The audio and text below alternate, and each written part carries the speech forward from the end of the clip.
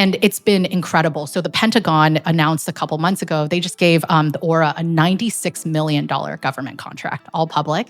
And a couple weeks ago, the Aura just raised a round out of over $5 billion valuation, led by Dexcom, which is a leading medical device manufacturer in the diabetes and glucose space. And so the reason why we like to cite this is it's not just about, like, I don't see, the win isn't just about raising, up rounds. It's about giving Aura the opportunity to expand the scope of their business. I think Aura is still very consumer first. It still builds one of the best consumer experiences in the wearable space. But working with the government, working with the military, gives them an opportunity to differentiate against all their other competitors. So they now have a path to becoming a medical device, which is quite defensible. And it gives them sort of like a commercial moat against all their other competitors, not just in America, but also the consumer wearables coming from Asia.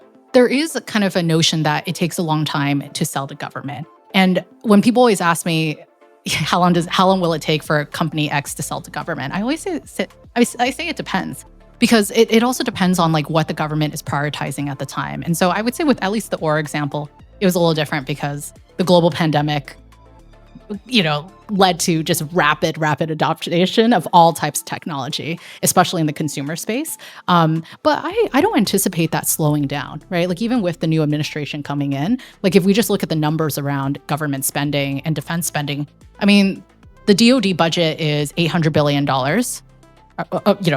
plus or minus a few billion. That's 40% of the world's spending. But a lot of the DoD budget actually goes towards R&D.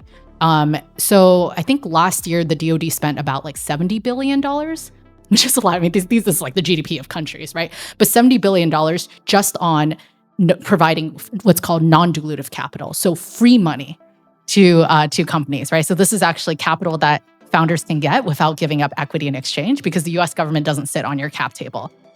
Just to give you a context of what $70 billion means.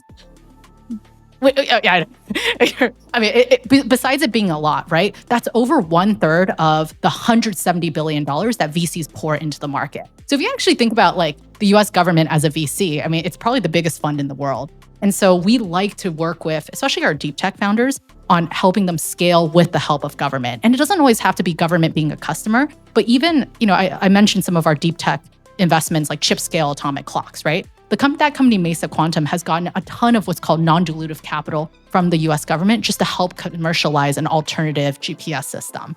I'm not really passionate about being a VC, but I am passionate about like supporting founders, and I'm passionate about the government, right? Like it's cheesy and patriotic, but I got into the VC business because I care about scaling government services. I care about keeping this country competitive and able, and none of that's going to happen unless you have leverage. And I think technology is actually one of the best ways you can provide leverage within the government.